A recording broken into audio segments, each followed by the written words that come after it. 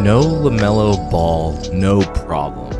The Bucks were also without Giannis Antetokounmpo, but the Charlotte Hornets decided, hey, we're going to put on a show at Spectrum Center with a commanding win, 111-100 over the Milwaukee Bucks. A lot to talk about here. A lot of good things happened. Let's get right into it. But before we do, go ahead.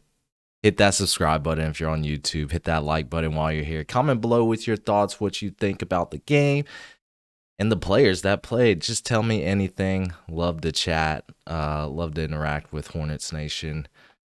But you got to feel good about this. The Hornets desperately, I felt like they needed a win to get back on track, or it just felt like we were going to talk about tanking again. And we got a win. You held your opponent to under 30 points in the first quarter.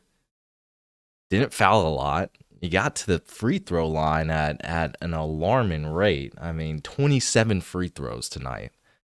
That is awesome. Let's talk about my favorite player tonight, Ryan Kalkbrenner. I mean, did anyone? How is he? How was he a second-round pick? He's got to go down as the best second-round pick in Hornets history, and it's been 11 games. I mean, he looks so good.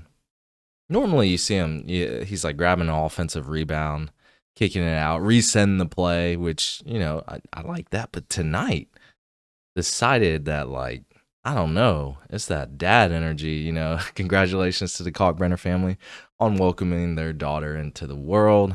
That's great, but he decided, he had that dad energy. He was like, I'm gonna kill you on this low post. Like he was cooking Miles Turner a little bit. He was cooking them, but this season, I think he's still leading the NBA in field goal percentage, true shooting percentage, leading all rookies in blocks. We know that he had damn near three blocks tonight.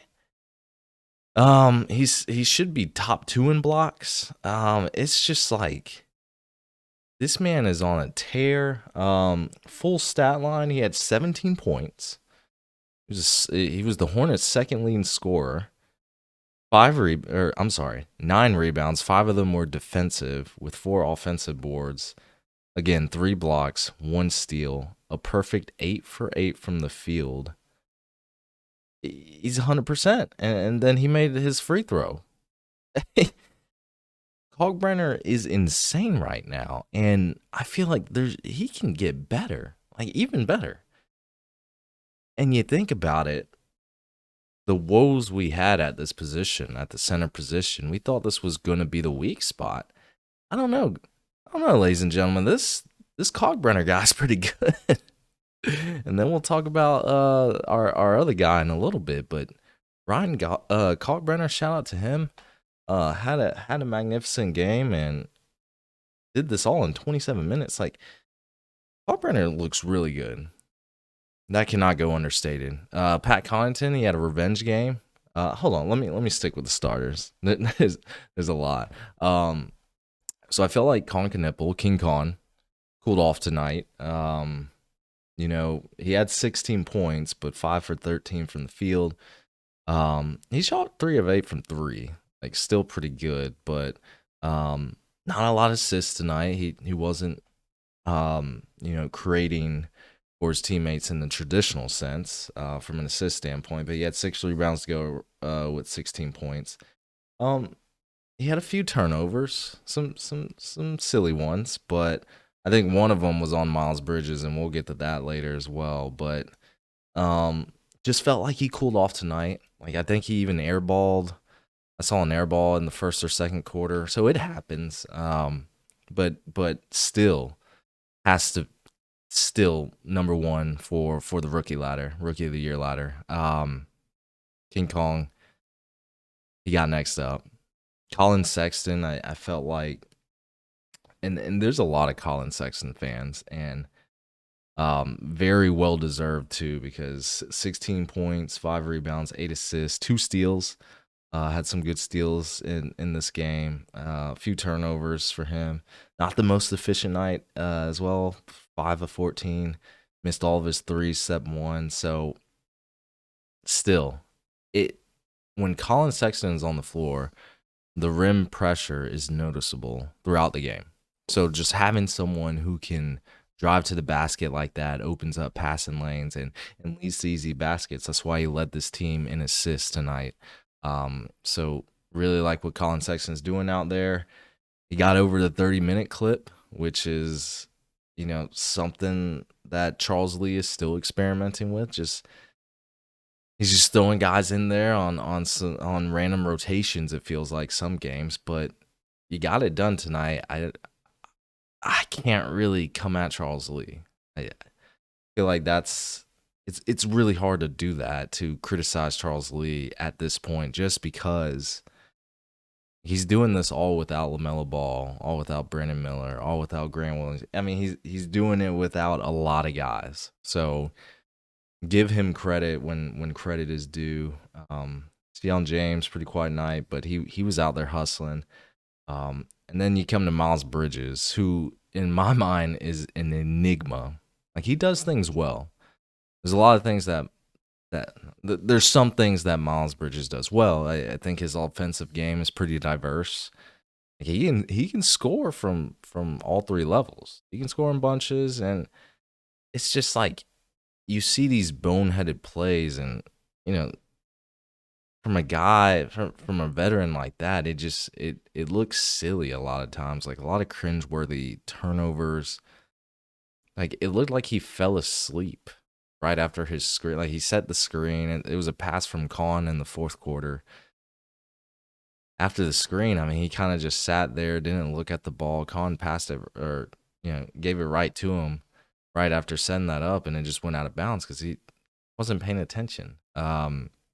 Another one, he drove it to the rim in the first half and just decided not to attempt the layup. Thought maybe it was going to get blocked or something, which is fine. But then he just throws it right out of bounds, just miscalculations, missteps, and you see it almost every game. And I think that's where a lot of the Miles Bridges hate comes from. There's just a lot of things you're just like, man, what are you doing? And yes, there's some things he does well, but you know,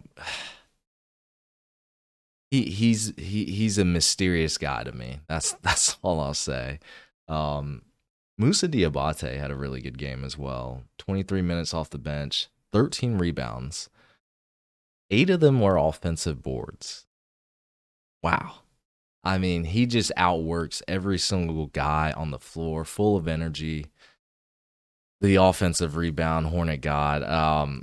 Free throws used to be his kryptonite. He's been pretty stellar at that in the past week or so. Like, he's been hitting his free throws. Got to the line 6 times, made 5 of them.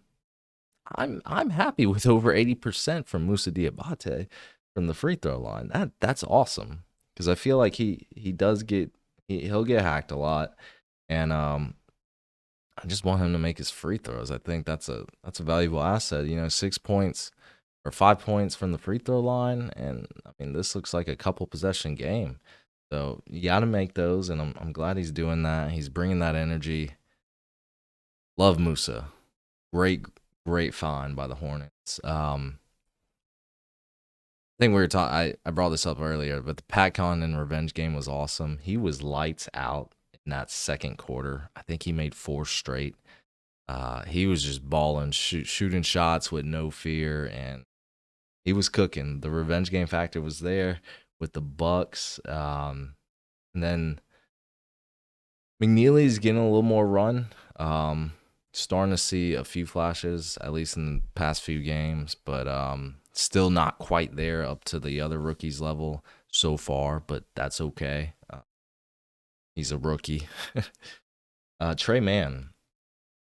I like Trey. I do. He always looks good going to his right. Like, he just makes every layup, makes every shot. Again, a few plays from, like, kind of like Miles Bridges. A few plays from Trey that's just like, the head scratchers. But I think most of this game, I thought Trey was fine. he started off a little cold, but he got in his groove. Um, Made 3 3-pointers, which is always great. He can shoot the three. He can drive to the basket. Trey can do a lot of things, and when he's on it, it looks really good from Trey, man. So a lot of good tonight, you know. KJ Simpson, of course, gets a little run with LaMelo out. Mason Plumlee even entered the game. Uh, got a standing ovation at the end, but he just came in for the last 4 minutes of the game because I think the Bucks they pulled their starters like felt like 5 or 6 minutes in, and I think Mark Sears came on the court, and I think yeah they were down 18 points, so yeah they called it, which is fine. No Giannis for them, so I was fully prepared for Giannis being on the other side of the court tonight. Was not there. Giannis would have been. I don't know. I, if their star players on the court, you're sitting there like, this game could have probably ended up differently. So we'll see because we play the Bucks again Friday. We'll see if Giannis is back. But Giannis is a true force and a force to be reckoned with. But a lot of good things from the Hornets tonight. You get a win. You're 4-7. But you get the win at home, and the hope is that LaMelo Ball actually returns very soon. So you start getting some momentum, and then you can insert LaMelo Ball back in. And then the other hope is you start winning actual games. You start going on win streaks. You start really separating yourself from the bottom tier of the Eastern Conference, and then all of a sudden you get Brandon Miller back, like things start flowing together and everything looks good, and you're sitting there like, okay, I think we're out of this rebuild. That's in the dreamland, which we hope to happen. But we always have to have a plan B. But that's what I'm thinking. I'm thinking LaMelo Ball comes back because when he went to the Swarm to practice, I'm assuming that means the ankles are fine after a week of rest or analysis, whatever they were doing. But the hope is that he's back. I'm hoping this Friday. If not, I think this LaMelo Ball frustration is going to be with us this entire season, and he's going to be the talk of it. So we'll see, man. But the Hornets get the win. It was a very convincing win, too. I felt like the Hornets had it for a while, and they were going on some good runs. But we'll see what happens. Got the Bucks again, NBA Cup, but you got the win. Let's get back to it. That's going to be it for this episode, ladies and gentlemen. Thank you for tuning into the 6 Hornet podcast. We are live on Apple Podcasts, Spotify, and YouTube. Take care, everyone.